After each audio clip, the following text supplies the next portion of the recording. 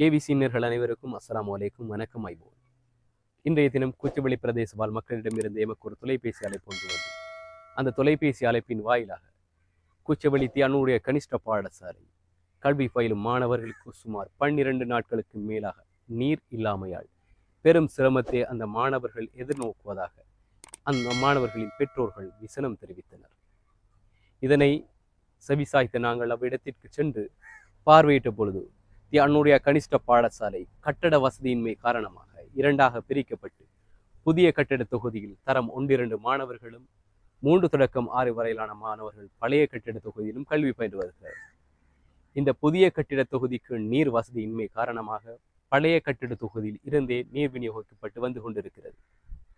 இந்த நிலையில் அந்த இரு கட்டிடங்களுக்கும் இடையிலான தூரம் சுமார் 1 கிலோமீட்டர் இருப்பதால் இந்த நீர்க்குழாய்கள் அடிக்கடி பழுதடைந்து அடிக்கடி சிதைவடைந்து நீர்கள் கட்டாகுவது வளமையாகவே இருந்து கொண்டிருக்கிறது.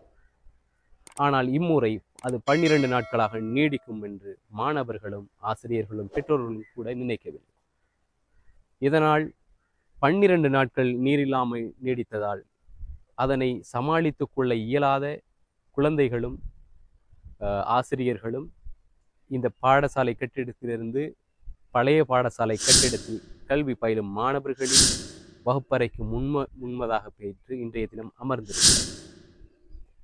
இதனை அவதானித்த நாங்கள் உடனடியாக கூச்சவெளி பிரதேச சபையினுடைய செயலாளரை தொடர்பு கொண்டு இது தொடர்பாக அவரிடம் பேசிய பொழுது உடனடியாக அவ்விடத்திற்கு வந்து பார்வையிட்ட கூச்சவெளி பிரதேச சபையினுடைய செயலாளர் இவ்விடத்திற்கு நிரந்தரமான ஒரு நீர் வசதியின் மேல் வருவதாகவும் பெற்று தருவதாகவும் கூறியதுடன் தற்காலிகமாக அவ்விடத்தில் ஒரு பிளாஸ்டிக் தாங்கினை வைத்து அந்த பிளாஸ்டிக் தாங்கினை வைப்பதற்கான செலவையும் சபையினூடாக தருவதாக கூறி அந்த தாங்கிக்கு நாள்தோறும் கூச்சவெளி பிரதேச சபையினுடைய நீர் பவுசர் தண்ணீர் பவுசர் வந்து அந்த நீர் தாங்கினை நிரப்பி செல்லும் என்பதாகவும் எம்மிடமும் அதனுடைய பாடசாலையினுடைய அதிபரிடமும் பெற்றோர்களிடமும் இதனை தெரிவித்தார்.